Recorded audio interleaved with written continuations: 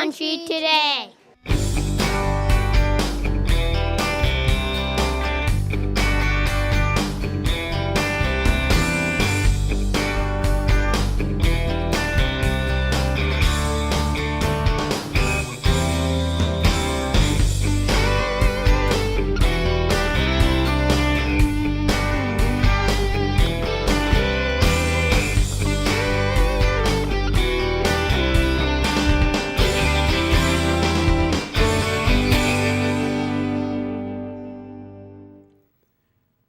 In Ohio Country Today, brought to you in part by the following: Koenig Equipment, Allen Davis Insurance Agency, True Point Cooperative, the Ohio Soybean Council, the Ohio Corn Growers, Rural Community Insurance Services, and Poet Biorefining. Welcome back to another edition of In Ohio Country Today. Big Dan Wilson alongside of Gary Jackson. And Gary, we're in Lewis Center, Ohio, for the annual Ohio Cattlemen's Association banquet and awards ceremony, and some very good interviews headed our way. Dan, also the Ohio Cattlemen and the Ohio Cattlewomen hold their annual business meetings as well, and that's where they look at policy and decide what they want to do for the upcoming year, and all of that happens as well. You know, it's pretty exciting, the growth that we've seen in this particular organization, and how active they are with their associate members. But like every organization, they're always looking for new participants and people to get involved, and especially if you own livestock, this is a great organization to be a part of. Yes, if you are if you raise cattle in the Buckeye State, you are a member of the association. And one of the things too that you need to keep in mind, they look for suggestions from the general population. Now, of course, the impact of their membership is prime on their minds, but as good stewards in agriculture, they like to look at diverse ideas. And if you do have an idea, you can contact them at their Marysville office. So we'd like to take this moment to thank Elizabeth Harsh and all the fine people over at the Ohio Cattlemen's Association for this weekend's episode. And if you want more information, you can check them out on the web. And we'll have this week's episode right after this. Performance, protection, peace of mind.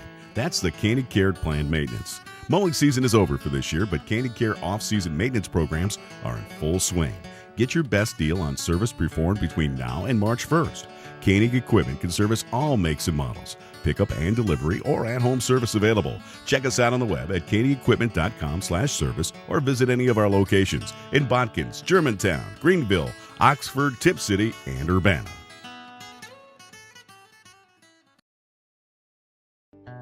True Country Feed, wholesome, high-quality, homegrown, and bagged in Ohio. Investing in quality feed with True Country products is a great way to provide a diet full of healthy, nutritious grains that protect and promote the health of your animals. Available in True Country Horse Feed and True Country Original Feed at your True Point Farm and Home stores in Georgetown, Lebanon, Minster, Springfield, and Xenia. True Country Feed, wholesome, high-quality, homegrown, and bagged in Ohio. Hello once again, everyone. We're visiting with Frank Phelps, the president of the Ohio Cattlemen's Association. Frank from near Indian Lake, the Indian Lake area. Frank, with your cattle operation, being where you're at, sort of, I guess, centrally located, a little bit west of the center of Ohio, does that area give you any advantages or disadvantages to raising cattle? I think it's probably more disadvantages in that we basically dry lot our cattle. We don't have a lot of pasture, and then being right on Indian Lake causes some problems in making sure that we have wetlands and things, so none of the nutrients from the cattle end up in the lake. So I guess there's some trying things we have to do a little differently. We don't have a lot of grass. We have to make hay and feed them out of silo and things like that. At the same time, with some of the problems that the state has had over the years, you were doing some of these things even before those problems arose, so you've been a good steward of the land, or tried to be a good steward all these years. Yes, we had, back in 1990, we started the Indian Lake Watershed Project, and I have been charged president of the chairman of the joint board for all these years, and we've really done a lot of work in getting things on the land as far as cover crops and filter strips and money spent to put wetlands and things like that in. So we think we're ahead of the curve a little bit. And our lake, they test it every year, and it's very, very low. We just don't have the problems that some of the others have. And so we think our Indian Lake Watershed Project has done some good. Well, Frank, the last time that we caught up with each other was at Farm Science Review. Since that time, anything major that the organization is working on that you weren't working on as hard at the time?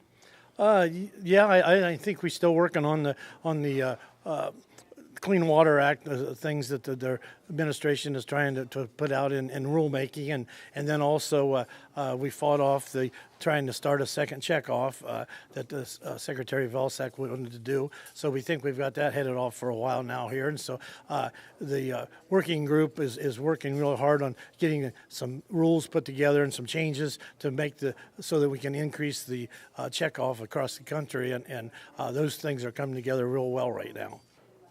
Frank, you know, the organization has been around for many years, and during that time you've always been an organization where the officers and membership have been able to interact, and you get feedback from them to where I think you, in Ohio, keep on top of what's happening in the industry, and I guess that is one of the reasons that the organization has been so successful all these years. Yes, we've had if you go to our wall and our conference room in Ohio Cattlemen office and see all the past presidents hanging there, we've had some really great industry leaders that have really done a great job to move our cattle industry forward. And then, of course, you got to have good staff, and we've always been fortunate to have good staff, and our executive secretary has been there for a long time, and then, of course, Mr. Daly was there before that for a long time, and so we've had a really good staff that's helped lead us and made the organization work well. Let me just clarify one thing. Frank, you said you had the prior presidents hanging there, the pictures of the presidents. Okay, yes. yeah, that's right, sure. Yeah. Okay, I think everybody followed that, but I just wanted to double check. Now, during these years, you've had one of the most successful programs started in Summit Crest Farms with certified Angus beef, and that has just grown and grown. Fred Johnson was one of the early proponents of that. I guess you have to be very proud of the fact that something as successful started in Ohio. Oh, we do, yes, and they've done so much to really increase the consumption of beef and high quality beef, and get the consumers realizing there is a difference in quality, and then because they like the eating experience, they're willing to pay the extra dollars for the higher quality beef. And so, yes, Mr. Johnson was just a tremendous asset, not only here in Ohio, but clear across the country, and really promoting the beef. And once again, Frank Phelps, the president of the Ohio Cattlemen's Association, has been our guest. Frank, thanks so much for being with us. Thanks for having us. We appreciate it. And stay with us. Back with more right after this. True Country Feed, wholesome, high-quality, homegrown, and bagged in Ohio. Investing in quality feed with True Country products is a great way to provide a diet full of healthy, nutritious grains that protect and promote the health of your animals. Available in True Country Horse Feed and True Country Original Feed at your True Point Farm and Home stores in Georgetown, Lebanon, Minster, Springfield, and Xenia. True Country Feed, wholesome, high-quality, homegrown, and bagged in Ohio. Hello again, everyone, and welcome back to In Ohio Country Today. Joining me now is Demi Snyder from Kenton, Ohio, and Demi has the unique opportunity of being beef ambassador from the state of Ohio, but more importantly, she's one of the beef ambassadors from the United States, which is really exciting. Let's start first, Demi. Let's tell us a little bit about your background growing up in Kenton. So, as you said, I do come from Kenton, Ohio. I come from a 40 beef cow-calf operation where it's just a family farm, but not only do we have cattle to raise out, I've also shown cattle for 11 years throughout 4-H, and then we also have a grain operation as well. Tell us about the ambassador program. So this is pretty unique for Ohio. This is actually our third year with the Ohio Beef Ambassador Program. It took the place of the Ohio Queen program, and we actually select a team of 3, which also makes Ohio pretty unique. So again, it is a team. So those 3 individuals are going to go around for a year, January to January, promoting the promoting the beef industry at different venues, talking to producers, consumers, and students about the beef industry. And then at the end of that year, one of those individuals, based on going back through another interview, will be selected to go to the national contest in Denver in hopes of becoming a national beef ambassador. Well, it sounds like it's a lot of work for you to be able to participate in this. You're currently a student at Ohio State University, and so how does it work in with your studies, and how do you find time for this? So I'm currently a junior at The Ohio State University, majoring in agricultural communications and youth development, in hopes of continuing to, after I graduate, continuing to work in the beef industry in promotions and educations. But like you said, I am pretty busy, especially on the national level, because we do travel 1 to 2 times a month, spanning from coast to coast. So like you said, sometimes it can be pretty challenging, but I'm one of those students that I learned at a very young age that I like to have a lot on my plate. So I like to be busy because I feel like I can do my task better. But one of the things that I did do, I did scale down a little on my course load because I want to make sure that I am not only still being the best student that I can be, but also being the best national beef ambassador that I can be. So obviously there's time, there's also money involved. Who picks up the tab for you to visit all these locations, not only here in the state of Ohio, but across the United States? So it's pretty fantastic. People always ask me if I get paid for this job, but we don't get paid. We get a lot of reimbursements, but to me it's always the experience. But when we're talking on the Ohio level, the Ohio Cattlemen and the Ohio Beef Council help pay for the Ohio beef team. And then when we talk about the national level, that funding actually comes from the National Beef Checkoff, so in the National Cattlewomen. So there are people out there in the industry to help pay for people like me to have this opportunity to go out and educate others about something that I'm very passionate about. Okay, we're going to ask for your best pitch now. You know, somebody's out there, they're going to the grocery store, they're choosing between what they want to have for dinner tonight. Give us your best pitch on why they should choose beef. Beef is an excellent protein. It's full of those essential vitamins that any person needs. It's full of zinc, iron, and protein, and you can get that all in that 3-ounce portion. But I think something to remember that people often forget when we talk about the beef industry and we talk about beef producers is they forget that we are people just like them. So the same beef that I'm going to feed myself and that I trust to eat myself and to fix for my family, that's the same beef that they're also going to get. So not only are you getting what we like to call a vitamin-packed, nutrient-rich protein, you're getting a safe, wholesome, and nutritious product that I myself personally love to eat, and that's the reason that I would encourage anyone else to eat that product as well. Thank you so much for joining us. Thank you. And we'll be back with more in Ohio Country Today right after this. Koenig Equipment, your John Deere dealer, reminds you that now is a great time to purchase a 1 Series compact utility tractor and get 0% APR for 60 months, plus $1,500 off with the purchase of 2 or more John Deere or Frontier implements. Right now, through February 2nd, contact Koenig Equipment and purchase a 1 Series compact utility tractor, get 0% APR for 60 months and $1,500 off. Check them out on the web at KoenigEquipment.com. That's KoenigEquipment.com. Hello once again, everyone. We're visiting today with Roger High. Now, in recent times, you might know Roger from the Ohio Sheep Improvement Association, but Roger, after being in the classroom prior to that, you're going back into the classroom. In fact, he has been back in the classroom. Any changes from what you experienced before involvement with the Ohio Sheep Improvement Association? Yeah, back in several years ago, I taught the sheep production class. It was Animal Sciences 544. When I left, did my part-time job, leaving the university to go to the sheep organizations, they took me out of the classroom, and now with the departure of Dr. Kuber, heading back to the classroom again this semester. So a number of changes that have occurred in that course since I left. First of all, we went to semesters at the Ohio State University. And second of all, it's not only sheep production now it's small ruminant and pseudo-ruminant production. So that includes sheep and goat production, deer and elk production here in Ohio and across the country, as well as llamas and alpacas. So in the 11 years since I left, the course has changed dramatically. Well, Roger, I think that might be maybe a little bit of a shock to some people that there are some of those smaller animals, the elk, the deer, that are raised on Ohio farms. And can you tell us a little bit about what that pertains? How did that evolve?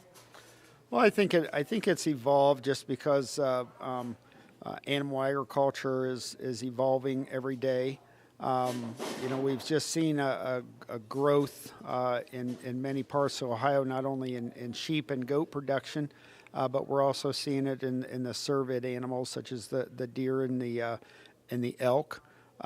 Certainly, we're one of the leading states in domesticated deer production here in the state of Ohio, with nearly 700 registered farms under the Ohio Department of Agriculture with deer, and so we're just seeing an expansion in the kinds and types of animals, especially ruminant animals that are being produced here in the state of Ohio.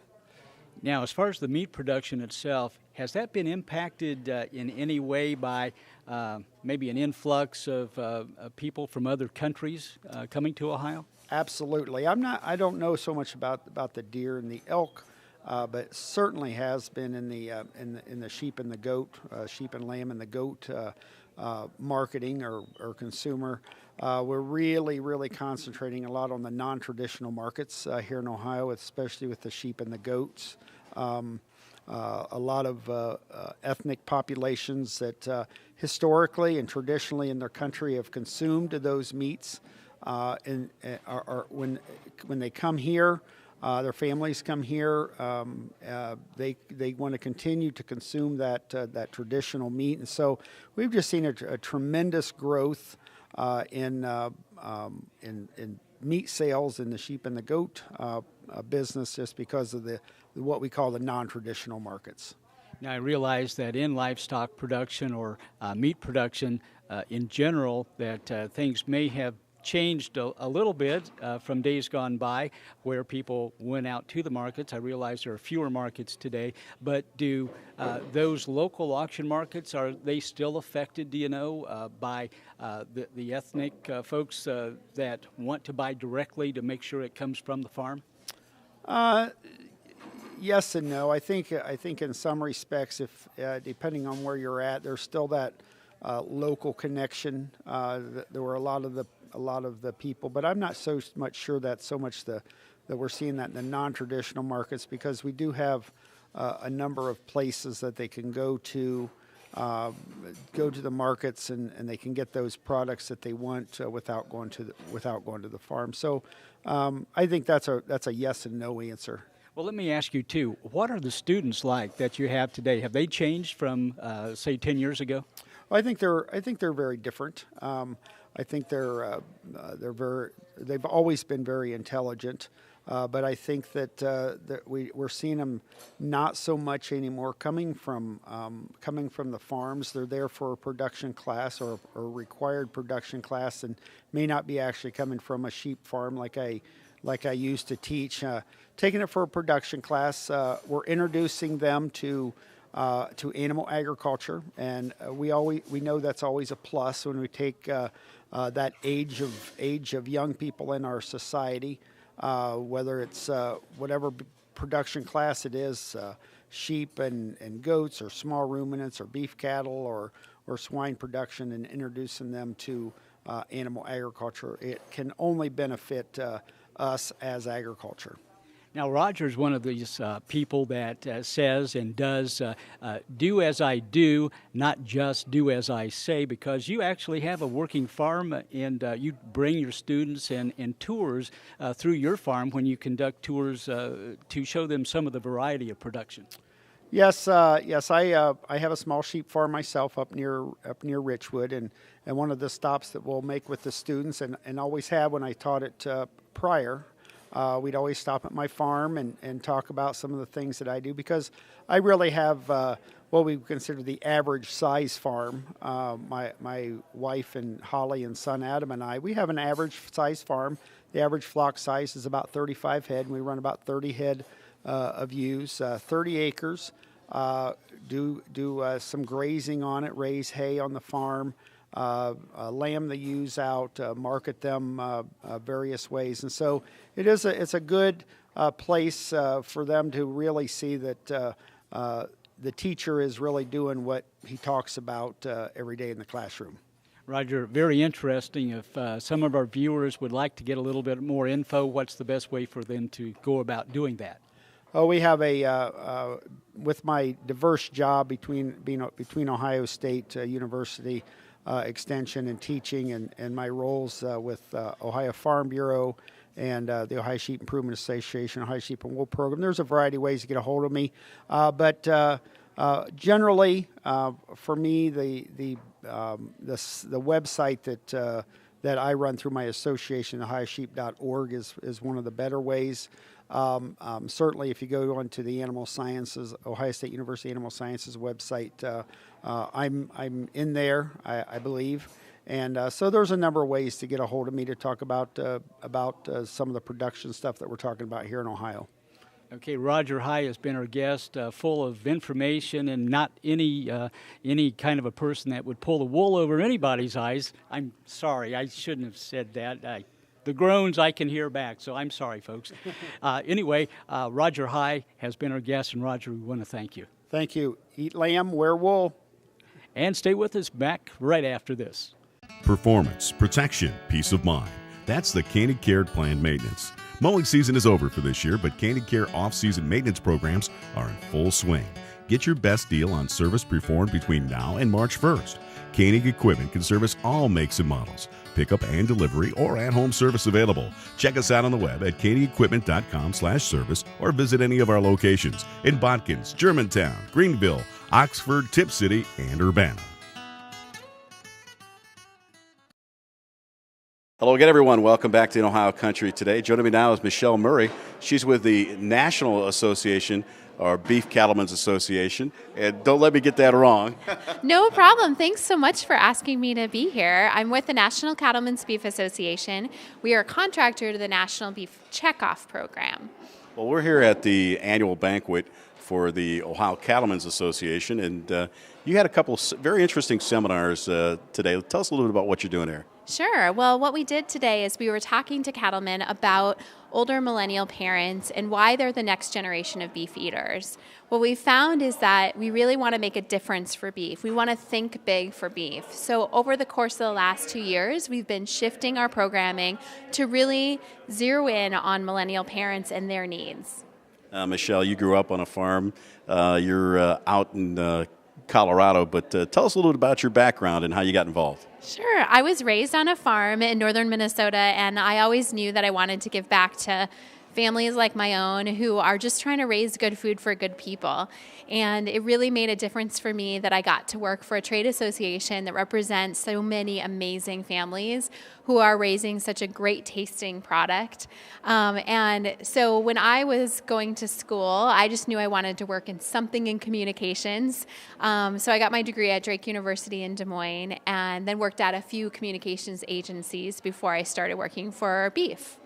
Well, having that personal connection growing up on a farm, I'm sure it means a lot to you to be able to communicate to, especially our young people, about this particular product. And what are some of the things that you're trying to express to them that makes that product stand out above all the other things the other choices that they can look at in the supermarket and what they eat? Yeah. Well, what we found from our data is that millennial parents are choosing beef less because they don't think it's as convenient or as good for them. And so that's really what we've been trying to help break down is how simple it is to prepare, how you can take ground beef and have it easily as tacos or stroganoff on a weeknight meal. And when you choose beef, you're getting a high quality protein that is full of nutrients that are good for your body and good for your family. You know, again, when you talk about beef, it's what's for dinner. I mean, that's been like the catchphrase for forever. So you're looking at other ways to be able to incorporate the message and still use that particular phraseology. What are some of the things that you're using to make it stand out? Yeah. So beef, it's what's for dinner, is near and dear to our hearts because we know that it's part of our American culture. 86% of Americans know and recognize beef is what's for dinner. So when we shifted to digital, we felt it was really important that we kept that DNA intact And so we conduct online videos that are not unlike the TV advertising of the 80s that tells that beef story for consumers, but introduces them to beef for sometimes the first time. With simple to prepare tips, for instance. We also are showing Facebook posts that have Beef It's What's for Dinner on it. So really, the message is about the same. It's just where the consumer is online now versus when we were on when we were on magazines or in radio.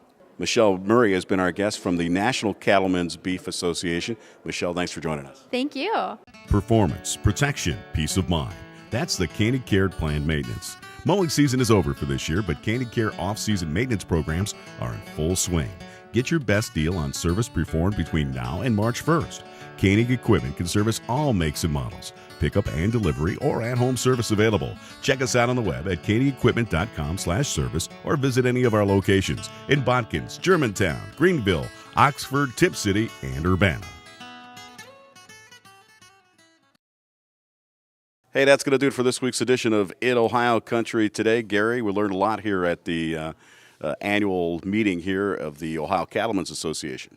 We did, Dan, and it's one of those jump starts that many organizations have at the very beginning of the year. We had a chance to talk with some folks we haven't met with for a while and to renew friendships as well. That's the one thing with the ag industry in the Buckeye State. In addition to conducting business, we like to work together, and I can't say too much about how much you can get done when you work that way and have an open mind, an open opinion. Also, what we want to do is remind everybody that the next big event for this organization is the Beef Expo, and that's always a great event, whether you're involved in livestock or involved in agriculture or not. It's always a great event to attend. Well, if you want to see where the state of the cattle industry in the Buckeye State is going, look at what the young people are doing. They'll have various shows, the Best of Beef program, and the exhibitors that are conducting and showing people what their wares are and some of the new ideas. It all happens at the Ohio Beef Expo. And if you want more information, as always, you can check us out on the web at inohiocountry.com. Have a good day, everybody.